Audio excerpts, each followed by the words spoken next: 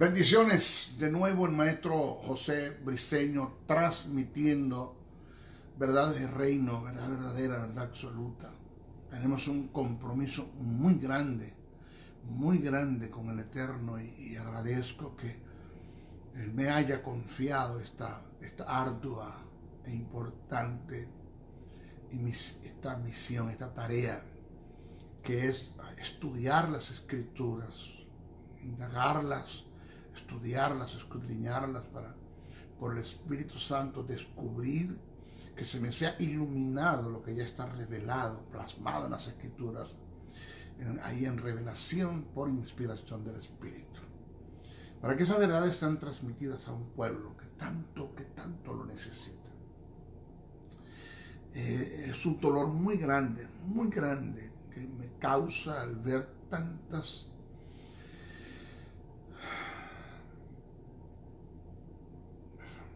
mensajes totalmente descontextualizados, desfasados, sacado del contexto bíblico de las verdades de Dios, de las verdades del reino.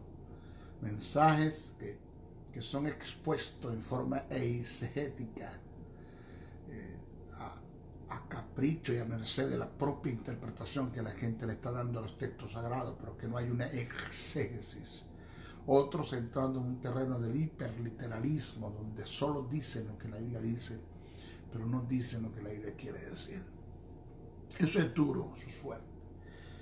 Nuestros púlpitos están llenos de mensajes sensacionalistas, emociones, mensajes llenos de oferta, profetizo, declaro, decreto. Nuestros púlpitos están llenos de mensajes que son emocionales, pero que no son racionales, que no forman el carácter del creyente para fundamento. En momentos difíciles de la vida puedan acudir en fe a las verdades del reino y Dios pueda dar respuesta a través de la manifestación del poder del Espíritu Santo. Eso es muy lamentable. Bueno, están tomando estos medios.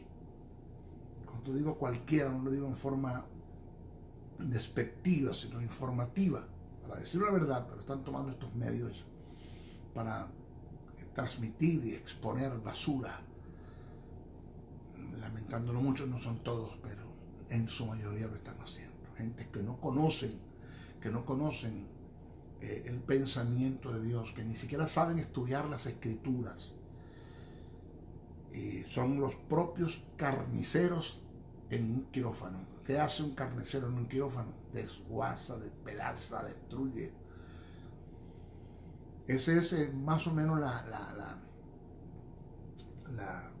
el ejemplo que siempre he dado, que entregarle el púlpito a una persona que no conozca teológicamente, exegéticamente las Escrituras, es como entregarle un quirófano a un carnicero. Así. Pero bueno, aquí estamos comprometidos con la verdad del reino. En esta oportunidad, este es nuestro estudio número 19 acerca de lo que es la justicia divina. Estamos tocando el tópico, desarrollando el tópico, beneficios de la justicia. Ya hablamos, no hemos terminado todavía, hablar acerca de la paternidad de Dios. En el estudio pasado hablamos de que la paternidad de Dios es algo eterno, es algo que no se pierde. No hay condición, ni vida, ni pecado, nada en el mundo que pueda hacer que Dios deje de ser tu Padre. Él es tu Padre, estés en la condición que estés, Él es tu Padre. Eso es lo que enseña el texto sagrado, que la paternidad de Dios no la pierda. La justicia y la vida que está en ti, que fue imputada por gracia. Dios nos amó, tuvo compasión, se movió en misericordia, manifestó su gracia, nos dio su perdón y nos regeneró y pasamos a ser sus hijos. Eso es una verdad equitativa que se dio en el Tribunal Supremo del Cielo, y que eso está allí, nadie nos puede echar por tierra. Eso no lo puede echar nadie por tierra. Cuando alguien dice que cuide la salvación, cuando alguien le dice a usted que cuide la salvación, pues ese no sabe lo que está diciendo, perdónenme, pero eso no sabe lo que está diciendo, eso no tiene ni la menor idea de lo que es la paternidad de Dios, ni la menor idea de lo que es la paternidad de Dios. Si la paternidad de Dios depende de nuestro cuidado, entiéndase lo que estoy diciendo, si la salvación, que tiene que ver con justicia y con vida, y que justicia y vida no tiene que ver con regeneración, y la regeneración tiene que ver con que pasamos a ser hijos de Dios, porque a los que creen en su nombre les dio potestad de ser hechos hijos de Dios. Y si todo esto tiene que ver con mi cuidado, señores, esto se acabó. Es cierto que la paternidad de Dios no se pierde, eso lo dijimos en nuestro estudio pasado, pero hay un punto que debo de tocar para entrar en la unigenitura y primogenitura de Jesús, porque hay que estudiar lo que es la unigenitura y la primogenitura de Jesús como hijo de Dios, para poder entender nuestra posición como hijo, dónde estamos, cuál es nuestro legado, cuál es nuestra herencia, cuál es nuestra posición y nuestra posesión como hijos de Dios. Pero hay un puntico que se me pasó, que es cierto que el pecado, más cuando se hace en premeditación, alevosía, hace más planes y proyectos para pecar, es cierto que no afecta la paternidad de Dios en mi vida, pero sí afecta, entre muchas cosas que ya nombré en el estudio pasado, búsquelos, número 18, afecta la posibilidad de ser ascendido y promovido por Dios en su reino. Acuérdense que la ascensión tiene que ver con niveles de autoridad y la promoción tiene que ver con la expansión. Es hasta donde Dios te puede y te quiere llevar, te quiere y te puede llevar. Entonces, cuando vivo una vida en pecado, yo cerceno la posibilidad de ser ascendido en el reino y ser promovido por Dios en su reino.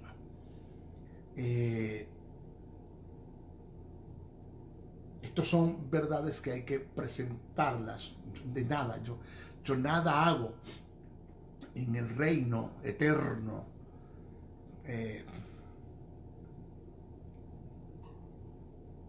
estando como en una mecedora donde me muevo pero no avanzo. No, yo quiero avanzar, ser ascendido y ser promovido, que Dios sea el que me lleve a lugares donde Él me quiere llevar, que la unción, el poder del Espíritu Santo que está en mí emane, fluya, se exteriorice y traiga beneficios tanto a mí en lo personal, por ende, y tanto a la gente, a todos los que me rodean, que tanta necesidad tenemos de la presencia del Espíritu Santo. Decía en una reflexión que di ayer, por cierto, que una cosa es que yo tenga fe en Dios, pero otra cosa es que yo sea confiable para Dios. Dos cosas totalmente diferentes. Repito, una cosa es que yo tenga fe en Dios, que tenga una cátedra de fe, que haya aprendido lo que es la fe, desarrollar el tema de la fe, los tópicos que están dentro del tema, conocerlos, vivirlos, caminarlos, accionarlos, actuarlos, y ser un hombre de fe en la tierra, caminar en fe, confiar en Dios, no vivir en temores, en dudas, en ansiedades, en angustias, en preocupaciones, en incertidumbres. Eso es una cosa que eso está bueno, eso es parte, eso es un principio sine qua non para poder ver la gloria de Dios en mi vida. Por eso le digo a Marta, si crees verás mi gloria, sin fe es imposible agradar a Dios. Porque es necesario que el que se acerque a Dios crea que le hay, que es galardonador de los que le buscan en fe. Está implícito en el pasaje. Eso está bien. Pero una cosa es, repito, el que yo tenga toda la fe del mundo, pero otra cosa es que Dios tenga fe en mí. Que Dios tenga confianza en mí, que yo sea una persona de confianza para Dios. Dos cosas totalmente diferentes. Gentes en el reino que no son confiables para Dios y por eso están estancados, por eso no son ascendidos ni promovidos y por eso están allí, en ese lugar, porque no son confiables para Dios. Dios tiene muchas cosas que entregarles, los valores del reino. Y Dios quiere promoverte, ascenderte y promoverte, no lo puede hacer porque sabe que el día que lo haga te va a perder, te mantiene allí. Dios quiere entregarte las finanzas del reino. Dios no tiene problemas con las finanzas. No tiene problemas con finanzas. Mío es el oro y mío es la plata, y yo soy el odio a quien yo quiera, dice el texto sagrado. Dios no tiene problemas con dinero. No tiene problemas. Dios en un abrir y cerrar de ojos puede cambiar tu situación económica. Llevarte de la escasez o de la solvencia a la abundancia, a la sobreabundancia. Él lo puede hacer así, pero sabe que no tienes un carácter formado para eso, que el día que te dé dinero te va a perder y no te lo da, te mantiene en el estado que estás, porque no eres confiable para Dios. Entregarte las riquezas, las finanzas del reino. No eres confiable para Dios entregarte toda la gloria que te quiere dar. Dios te quiere dar una gloria muy grande, te quiere ascender y promover, llevarte a las alturas, llevarte a lugares donde ni siquiera tienes una idea, ni siquiera tu pensamiento, ni siquiera has pensado el lugar donde Dios te quiere llevar, ni siquiera conoce la gente que Dios te quiere presentar, que Dios te quiere llevar a conocer. Esa gloria que emanó, y esa grandeza y ese ascenso y esa promoción que Dios hizo en José el amado, que hizo en Abraham, que hizo en Job, y para usted de contar, Dios lo quiere hacer contigo. Pero Dios sabe que el día que te ascienda y te promueva, que te entregue su gloria, te va a perder. Entonces te mantiene donde estás. El problema no es Dios, el problema somos nosotros. Dios quiere entregarnos todo. Por eso segunda de Crónica 16:9 dice así la versión amplificada: los ojos de Jehová contemplan toda la tierra buscando hombres que tengan motivos correctos en su corazón para depositar en ellos todo su poder. Cuando los ojos de Jehová lo buscan es porque es muy difícil de conseguirlos, en el sentido de hacer ese término difícil para Dios, o casi no los hay. Ese es el término, o casi no los hay. No es fácil. Esto no es nada fácil. Necesitamos suicidar el alma. Por eso Pablo dijo: hacer morir lo terrenal en vosotros. Suicidar el alma. Pablo lo logró. Pablo dijo: con Cristo estoy juntamente crucificado y ya no vivo yo, más Cristo vive en mí. Pablo habla de la carrera ministerial, que cuando la corre lo hace golpeando su propio cuerpo, manteniéndose en disciplina. No vaya a ser que después que haya sido un heraldo, un predicador de las verdades del reino, venga a ser descalificado. ¿Descalificado de qué? Del ejercicio del ministerio, no de la vida eterna, no de la paternidad de Dios. Eso no se pierde, eso está allí. Señores, necesitamos salir del campo en la que estamos desagradando a Dios, deshonrando a Dios, siendo mal ejemplos de ese pecado oculto en el cual a veces vivimos o estamos, de ese pecado que hacemos con premeditación y alevosía, de ese pecado que está en la mente, que nos paramos pensando en el pecado y nos acostamos pensando en el pecado. Oiga, nos paramos pensando en el pecado, vivimos todo el día en el pecado, meditando en el pecado, y nos acostamos pensando en el pecado. Eso tiene que acabarse en nuestra vida, sacar eso del corazón. Eso yo lo expliqué bien. Todo lo que es la inmoralidad sexual, sacarla de nuestra vida, cualquier tipo de fornicación, la basura de la pornografía, la promiscuidad, todo lo que es inmoralidad sexual, sacarlo del corazón. Sacar del corazón la sed de prestigio, el deseo de ser aplaudido, de ser reconocido, la vanagloria de la vida. Sacar del corazón lo que es la filalguria, fila de filiguria de lujuria, el amor al dinero, ese mamón interno que está en nosotros, que ya lo que hacemos en el reino es por plata, por dinero. Si no hay plata, ¿cuánto hay para eso? Ya la mayoría de nuestros ministerios, no son todos, pero los hay.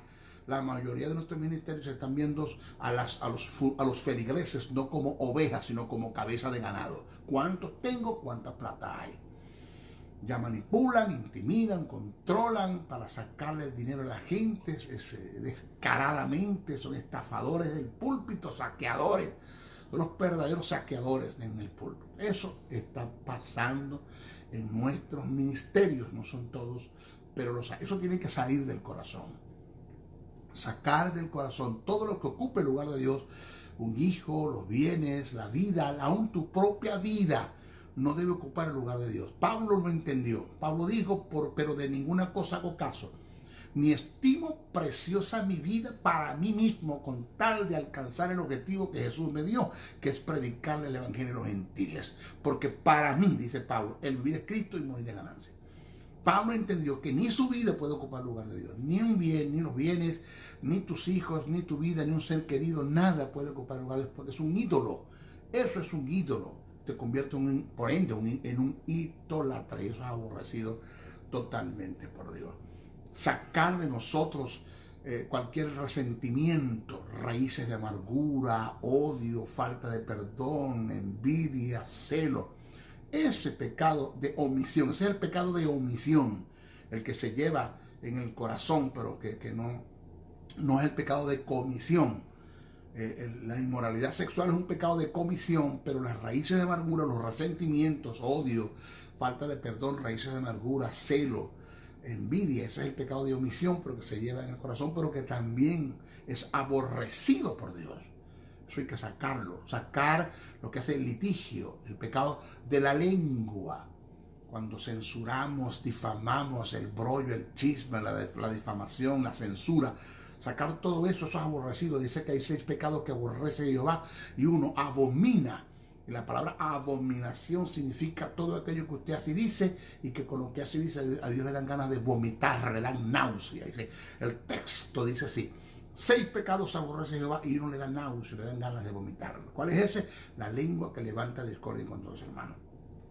Dice el texto sagrado que bienaventurado es aquel varón que no anduvo en consejos de malos, o sea, no prestó sus oídos para el chisme, para la censura, para el brollo, para la calumnia, y ni en silla de escarnecedores asentado. O sea, no tomó una posición para escarnecer, para deshuesar, para despellejar a su prójimo con lo que dice, con lo que habla, para censurar, difamar. No prestó su vida para eso. Eso hay que sacarlo, porque si no lo hacemos, si no luchamos en contra de todo eso, no seremos ascendidos por Dios, ni seremos promovidos por Dios en su reino. Dios quiere que nosotros seamos vasos útiles en su reino, pero así no va a poder Dios hacer las cosas que va a hacer. Oye, te mueres, pasaste toda la vida en una iglesia aplaudiendo, pero en el chisme, en el litigio, cantando coritos, pero con resentimiento, levantando manos, estandartes y banderas, pero con la inmoralidad sexual, pegando gritos de júbilo, gritos de guerra, pero en la filalguria, en el amor al dinero, en el interés al dinero. Pasaste toda la vida allí, no fuiste ascendido ni promovido. Te estás moviendo como una mecedora, te mueves pero no avanzas, vas al culto, vas y vienes todo los domingos, te mueres.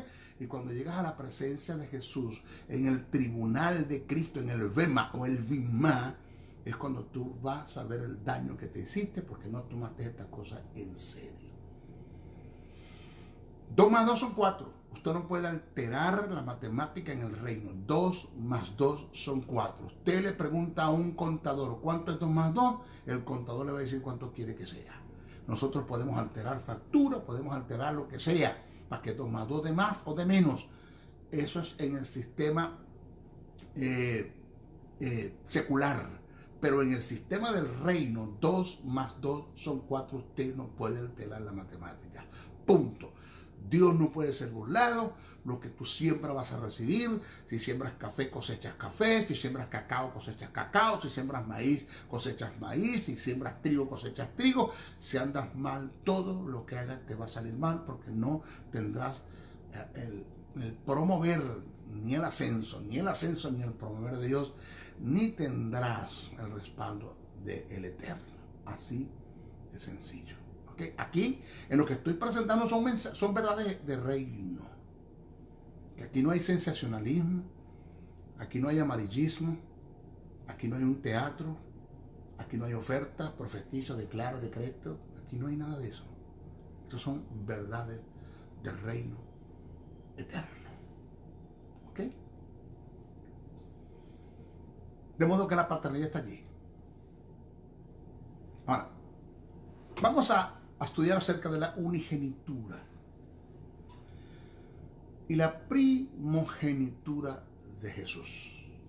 ¿Por qué debemos? No es que tenemos, no, nada es obligado en Dios. ¿Por qué debemos estudiar esto? Porque esto nos va a dar a nosotros a entender con mayor fuerza la posición que nosotros tenemos como hijos de Dios y la relación que Dios tiene con nosotros como Padre. Nos va a llevar a entender esto.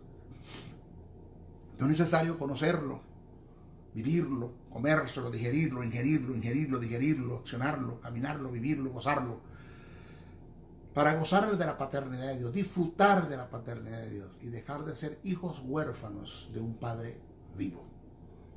Qué lamentable es ser un hijo huérfano de un Padre vivo y que de paso todo lo puede. Nada es imposible para nuestro Padre, nada.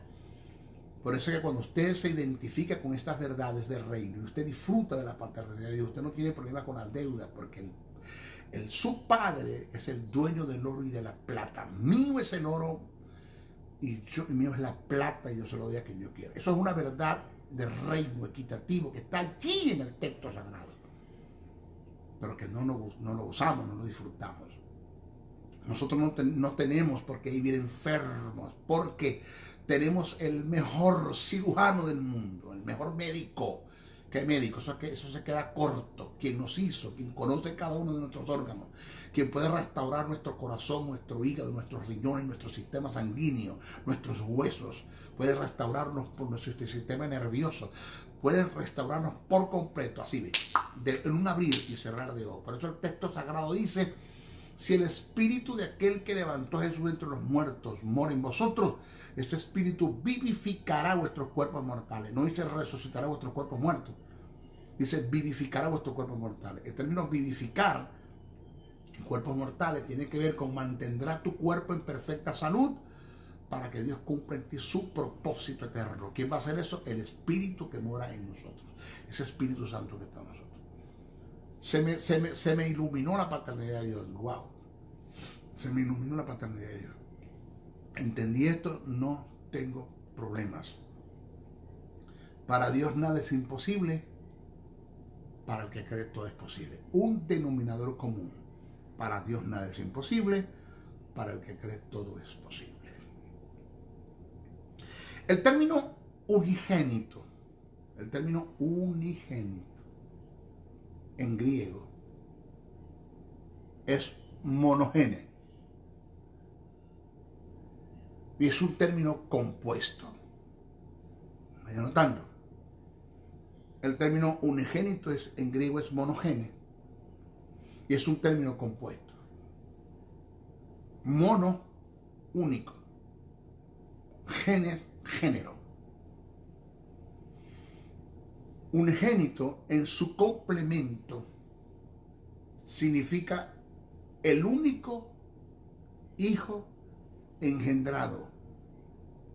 Hasta el momento antes de que Jesús fuese a la cruz, Jesús era el unigénito hijo de Dios, el único hijo que tenía los genes de Dios. Todos estábamos caídos en Adán. Jesús no viene de Adán. No viene de Adán. Él es el unigénito, el único hijo con los genes de Dios. No había más. Por eso es que cuando Pedro le pregunta a Jesús, o le dice, enséñanos a orar, Jesús dijo, vosotros oraréis, futuro, así, Padre nuestro que está en el cielo. Mi pregunta es, ¿por qué no le dijo ustedes, oren, así, Padre nuestro que estás en el cielo? No podía Jesús decir eso, porque en el momento que Jesús expresó eso, los discípulos no eran hijos de Dios. No habían nacido de nuevo, Jesús no había ido a la cruz. Por eso se lo tira para el futuro. Vosotros oraréis así, Padre nuestro que estás en el cielo. ¿Por qué? Porque antes de Jesús ir a la cruz, el único hijo que Dios tenía en la tierra era Jesús. Todos éramos criaturas de Dios. Pasamos a ser hijos de Dios, ya lo dije, cuando creemos y aceptamos el plan de salvación. Aceptamos el plan de salvación, pasamos a ser hijos de Dios. Dice, debemos aclarar que el término unigénito no solo es aplicado a Jesús, ni es propiedad de su deidad. Algunos piensan que dicho término es aplicado a Jesús en relación a su divinidad, lo cual es totalmente falso. El término unigénito en el Nuevo Testamento es utilizado no solo para hacer referencia a Jesús como único hijo, sino que también es utilizado para hacer referencia a hijos únicos pertenecientes a una familia. Esto indica que el término unigénito es un término común y corriente que se podía usar en cualquier caso en particular y que no era absoluto a una divinidad, adjudicándole al término características divinas. No. A continuación voy a dar pasajes donde fue utilizado dicho término en forma común y que fue traducido como único hijo. Fíjense que la traducción se puso como único hijo solo para adjudicarle unigenitura a Jesús, pero es que el término unigénito significa único hijo, sea que sea el de Dios, que es Jesús, o sea el que sea de cualquier familia. En Hebreos 11:17 dice, por la fe Abraham, cuando fue probado, ofreció a Isaac, y el que había recibido la promesa ofrecía su unigenitura. Su unigénito. En Lucas 7:12 dice, cuando llegó cerca de la puerta de la ciudad, y aquí que llevaban a enterrar a un difunto, hijo único. El texto sagrado en el griego dice así, cuando llegó cerca de la puerta de la ciudad, y aquí que llevaban a enterrar a un difunto unigénito de su madre. No dice hijo único, dice unigénito de su madre. Lucas 8:42 dice, porque tenía una hija única, hablando del caso de Jairo. El texto no dice así, el texto sagrado dice en el griego, porque tenía una unigénita hija, como de 12 años que estaba muriendo. Lucas 9:38 dice, he aquí un hombre de la multitud clamó diciendo, maestro, te ruego que veas a mi hijo, pues es el único. Él no dijo así, dice, es el unigénito que tengo. Entonces, el término unigenitura no es aplicable a Jesús como el aspecto divino. Eso hay que entenderlo. Se utilizó en las Escrituras para cualquier caso, incluyendo el de Jesús. Para hacer referencia a Jesús, Juan 1:14-8 y 1 de Juan 4:9. Juan te toma el término unigénito para hacer referencia a Jesús. Así como se tomó para hacer referencia de otros tipos de hijos. Ahora, para mayor comprensión de la unigenitura de Jesús debemos estudiar la primogenitura. Oído, unigenitura, primogenitura. No se le olvide que Jesús muere como el unigénito y resucita como el primogénito. Oiga los valores de esta gran verdad. Jesús muere como el unigénito y resucita como el primogénito. La unigenitura en el aspecto legal, genético, Jesús la perdió. Ya Jesús no es el unigénito hijo de Dios, porque para Jesús seguir siendo el unigénito hijo de Dios, pues Dios no tiene que tener más hijos, legalmente hablando. Entonces, si Jesús sigue siendo el unigénito hijo de Dios, nosotros somos hijastros de Dios. No somos hijos, somos hijastros. Presta atención. Para mayor comprensión de la unigenitura de Jesús, debemos estudiar la primogenitura. Primogénito. Ya estudiamos el unigénito, vamos a ver el primogénito. Viene del griego prototokos, que es un término compuesto, proto, primero, tito, engendrado. En su componente indica primer engendrador. Eso significa primogénito, primer engendrado. Por eso la Biblia, cuando te habla de Jesús en relación a María, antes de ir a la cruz, dice, y tuvo María su primogénito hijo, porque María tuvo más hijos. Eso está en el texto sagrado. María tuvo más hijos. Entonces, cuando se refiere a María, en relación a María, el texto sagrado dice, y tuvo María su primogénito hijo. Pero cuando se relaciona a Dios, antes de ir a la cruz, dice, y nació su unigénito hijo. Hablando del unigénito del Padre. Pero debemos tomar en cuenta, oiga esta verdad de reino, que en una familia, cuando se declara la primogenitura, negativamente no hay lugar para la unigenitura. Genealógicamente hablando, no existe la figura del unigénito cuando existe un segundo hijo, ya que el unigénito pasa a ser el primogénito. ¿Ok? Es difícil entender esta verdad que voy a decir. Reprendo al diablo, falso maestro, son las locuras del maestro, eso no sabe lo que está diciendo. Usted tiene derecho de opinar, pero no se le olvide esta verdad. Es difícil entender que Jesús como Hijo de Dios perdió la figura de unigénito y pasó a ser el primogénito entre muchos hermanos.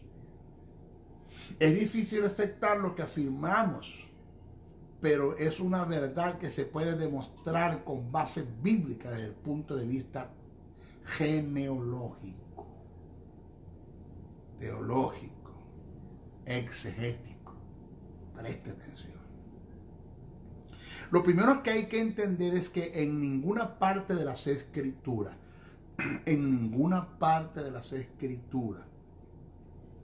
después que Jesús resucitó, se le dio la posición de unigénito. En ninguna parte. Con la excepción de Primera de Juan 4:9. Vaya y léalo. Con la excepción de Primera de Juan 4:9. Y lo hace haciendo referencia de Jesús o a Jesús antes de la resurrección. Lo segundo que hay que entender y tomar en cuenta en relación a la unigenitura y la primogenitura para entender nuestra posición como hijo de Dios. Porque lo que yo quiero es que tú entiendas que los mismos derechos que tiene Jesús como hijo los tengo yo. Jesús no me lleva ninguna ventaja como hijo. Dios no tiene hijos preferidos. Entendemos que Jesús es el Hijo de Dios, y que por causa de él nosotros somos hijos también. Entendemos el sacrificio de Jesús, entendemos lo que Jesús hizo, la cruz, los clavos, las heridas, entendemos que está sentado en el trono. No solamente él, dice Pablo, que nos sentó juntamente con Cristo Jesús en lugares celestiales. Lo segundo es que si Jesús sigue siendo el unigénito Hijo de Dios, desde el punto de vista legal y genealógico, nosotros no somos hijos de Dios. No somos hijos de Dios. Porque para que Jesús conserve la figura del unigénito, no tendría que tener hermanos. Él no tendría que tener hermanos.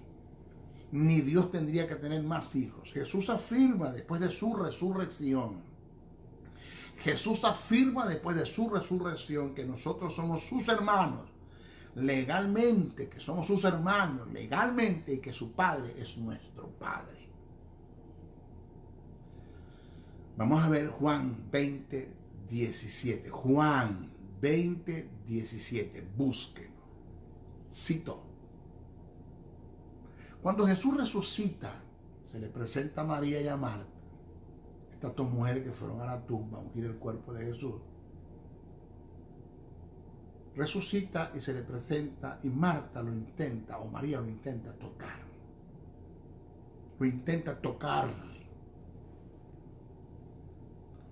Y Jesús le dice esto: no me toques, porque aún no he subido a mi Padre. Mas ve a mis hermanos,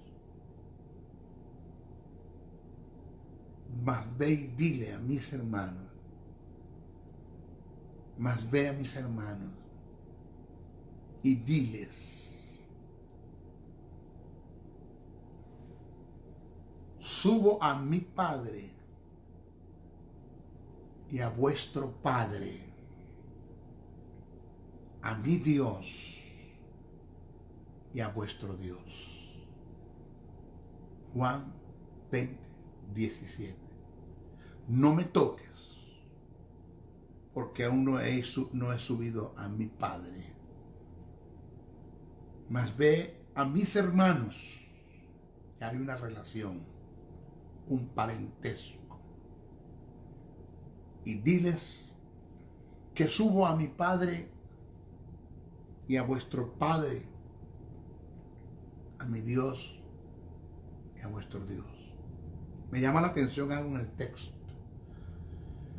que Jesús presenta la divinidad o la deidad de Dios,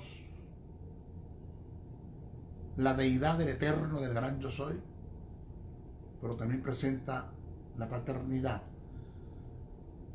Pero en el texto acá Jesús quiere que tú no dejes de ver al gran yo soy como Dios, pero tampoco quiere que lo dejes de ver como Padre. Primero presenta la paternidad del gran yo soy y después presenta la deidad o divinidad del gran yo soy. Que voy a mi Padre y a vuestro Padre, paternidad, la relación, y voy a mi Dios y a vuestro Dios, deidad, divinidad. O sea, no dejen de verlo como Dios, pero tampoco dejen de verlo como Padre. Ahí está. Esto no lo han entendido muchos en la iglesia. Por eso que dije que tenemos en nuestras iglesias hijos huérfanos de un Padre vivo. Juan 1:12. Juan 1:12. Vaya, léalo. Dice una verdad, pero que tiene fuerzas. Mas a todos los que le recibieron, hablando de Jesús, del plan de salvación, los que entendieron esta verdad, a los que creen en su nombre, su autoridad, su poder, su posición, su posesión, su legado, su sacrificio, les dio potestad, exousia del griego, de ser hechos hijos de Dios. Lo tercero que hay que entender en relación a esto de la unigenitura y primogenitura es que cuando analizamos Hebreos, el capítulo 1, versos 5 y 6, se hace referencia a Jesús como el unigénito y como el primogénito. Pasemos a estudiar el pasaje. Vamos a analizar el pasaje. Dice, cito, dice, porque ¿a cuál de los ángeles dijo Dios jamás yo te engendré hoy? ¿Cuál ángel fue engendrado por Dios? Ninguno. Observe que está haciendo mención a su unigenitura, porque ¿a cuál de los ángeles dijo Dios jamás yo te engendré hoy? Observe que está haciendo mención a su unigenitura. Luego dice, y otra vez cuando introduzca al primogénito en el mundo, aquí está haciendo mención a su primogenitura. Oiga, Jesús muere como el unigénito y resucita como el primogénito. La primera vez que Jesús vino como el unigénito, y la segunda vez que va a introducir Dios otra vez a su Hijo al mundo, viene como el primogénito. El término introducir en el mundo que aparece en el pasaje, cuando dice y otra vez cuando introduce el primogénito en el mundo, se refiere a la segunda venida de Jesús para la consumación del reino. ¿Cómo lo sabemos? Por el texto. Observe que quien viene por segunda vez a la tierra trae la figura del primogénito, que es el mismo que vino la primera vez como unigénito. ¡Wow! Hay otra posición teológica que sostiene que el término introducir en el mundo, en referencia a Jesús, se trata de su resurrección. Está cuando resucitó entre los muertos, ya que Jesús murió como el unigénito del Padre, pero resucitó como el primogénito del Padre. Sea cual de las dos que se presenta, lo importante tomar acá es que Jesús muere como el unigénito y resucita como el primogénito. La primera vez vino como el unigénito y en la segunda venida viene como el primogénito. Entonces, con todo lo que acabamos de afirmar, Oído. No, negativamente no le estamos quitando privilegios a Jesús, ni sus derechos, ni posición, ni majestad, ni excelencia, ni señorío a la persona de Jesús. No le estamos quitando nada de eso.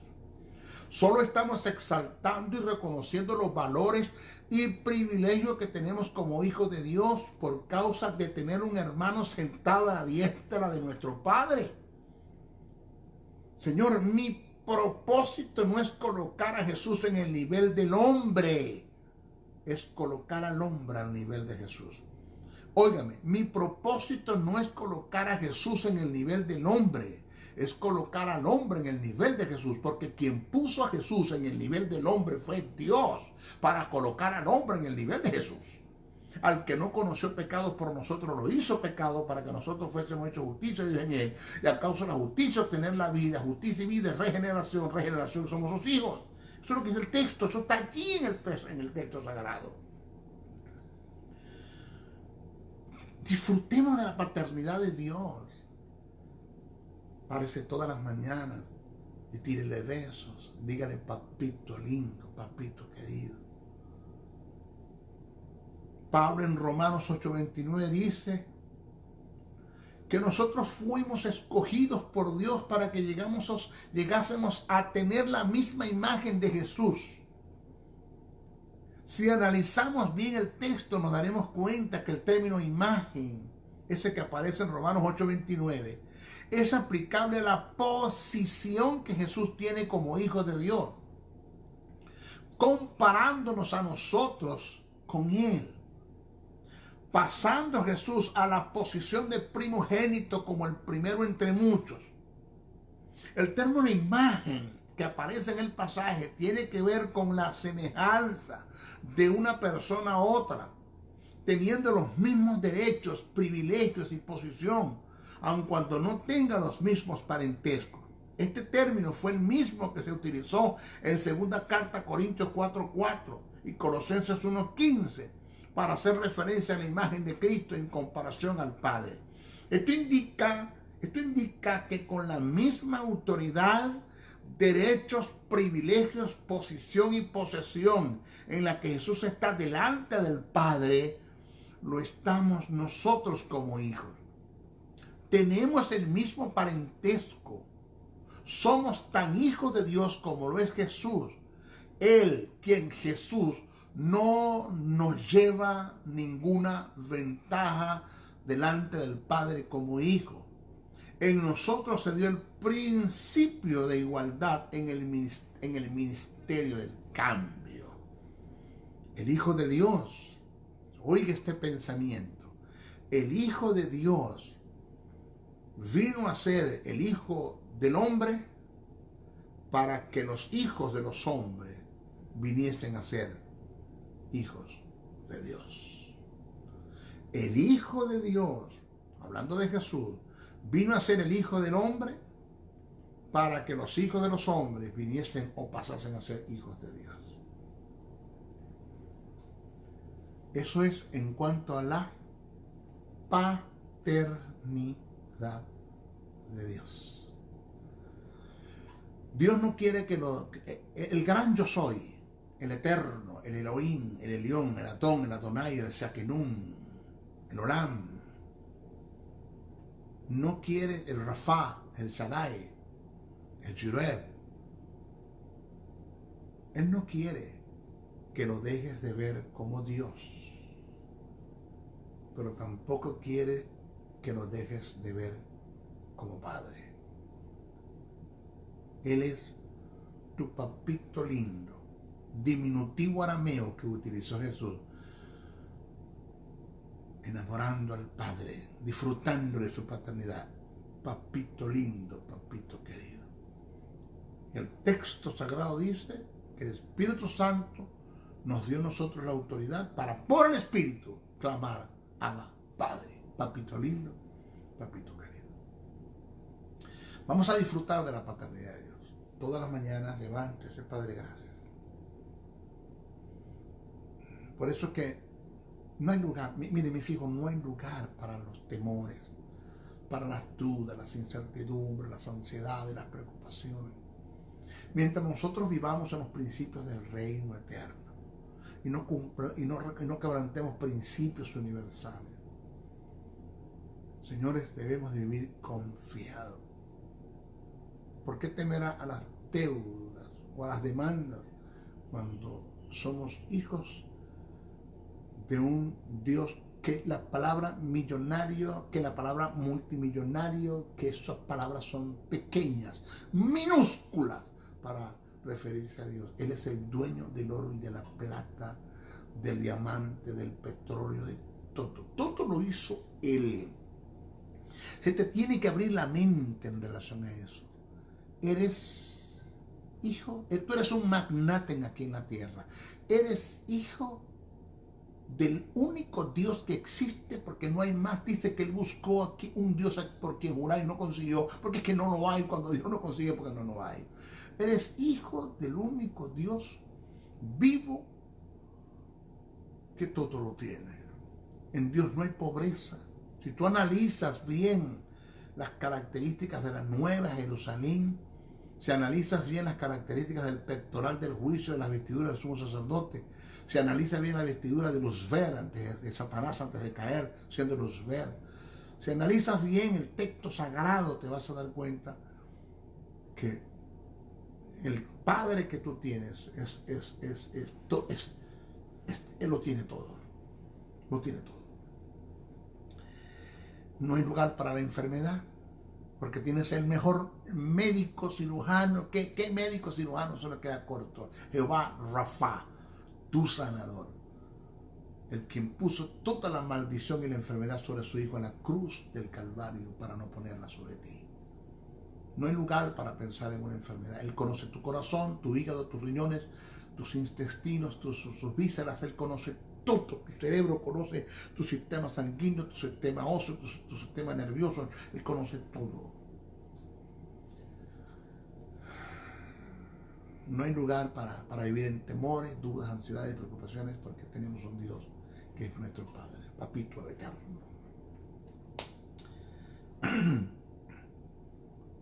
Esa es la idea de este estudio.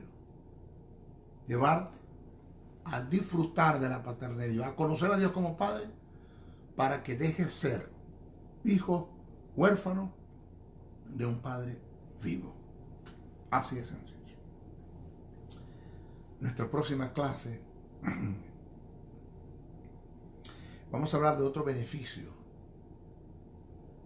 de la justicia divina, que es que tenemos libre acceso al verdadero lugar santísimo. ¿Cuánto le costaba al sumo sacerdote entrar al lugar santísimo? Una vez al año. Y si este hombre que entraba no estaba totalmente preparado y calificado ante la presencia de Dios, moría.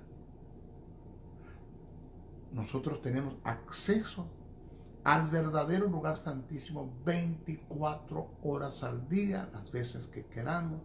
No necesitamos intermediario, ni cobertura, nada. Usted puede entrar las veces que usted quiera. Esto lo anheló David, porque un día en el atrio, nosotros estamos en el lugar santísimo, sentado a la diestra del Padre, juntamente con Cristo. David te habla del atrio, porque un día en el atrio es mejor que fuera, porque es mejor que 1000 fuera de él. Un día en el atrio es mejor que 1000 fuera de él. El atrio. Nosotros estamos en el lugar santísimo. Podemos llegar, mirar al Padre y a su derecha mirar al Hijo. Y juntamente con Cristo estamos sentados nosotros. Así. Maestro, así de fácil. Porque Él te lo hizo fácil en relación a acercarte en oración a Dios. Por eso es que una persona que siendo hijo de Dios descuida su intimidad y su comunión con Dios, no tiene una vida de intimidad y de comunión. No ha aprendido a desarrollar eso. por ende no lo hace porque no tiene sentido de paternidad, no tiene sentido de hijo, ni entiende a Dios como Padre. Yo le pido al gran yo soy, al Padre eterno, que te haga entender estas verdades. A Jesús, que está a su diestra, que interceda, y a su Espíritu eterno que mora en nosotros. Gracias. Se despide el maestro José Briceño hasta nuestra próxima oportunidad. Agradezco que oren, cúbranme en oración a mí, a mi esposa, a mis hijos. Cúbranme bastante. Estos son verdades del reino que estamos enseñando.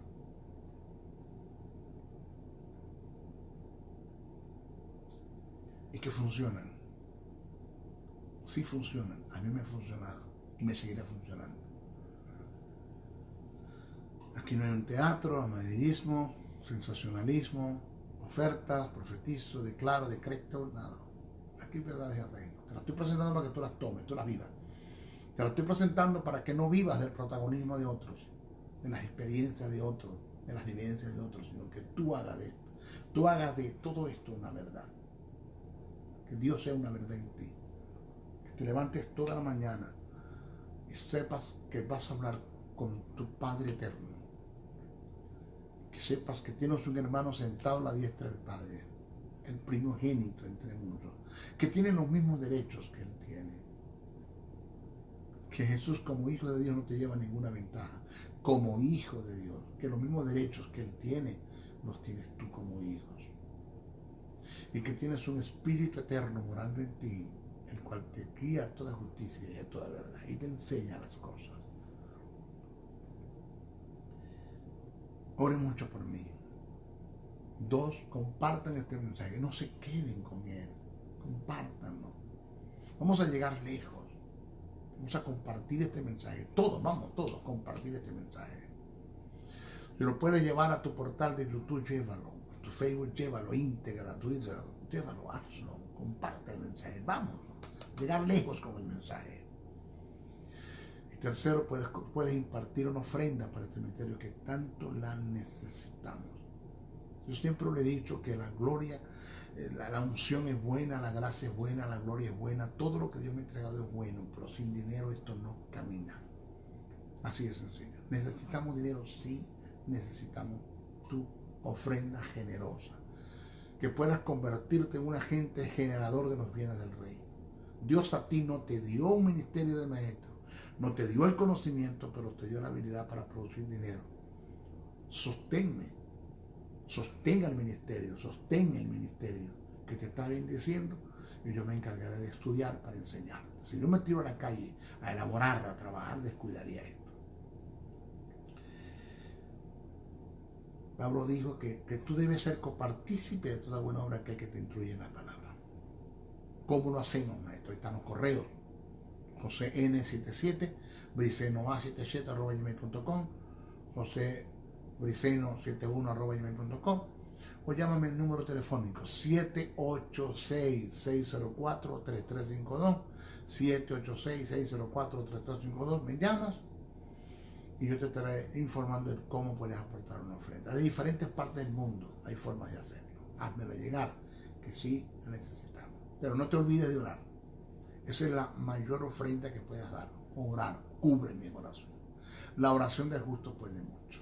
Esas ancianas que fueron llamadas a interceder, intercedan por el maestro Briceño.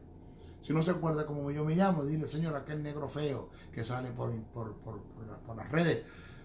Ya, y cuando tú digas ese negro feo, Dios va a decir: ah, ya sé de quién habla de Briceño. Se despide el maestro Briceño de todo corazón. Hasta nuestra próxima oportunidad. Ya sabe, nuestro próximo programa vamos a estudiar que tenemos libre acceso al verdadero lugar santísimo. No te lo pierdas. Bendiciones, bendiciones, bendiciones.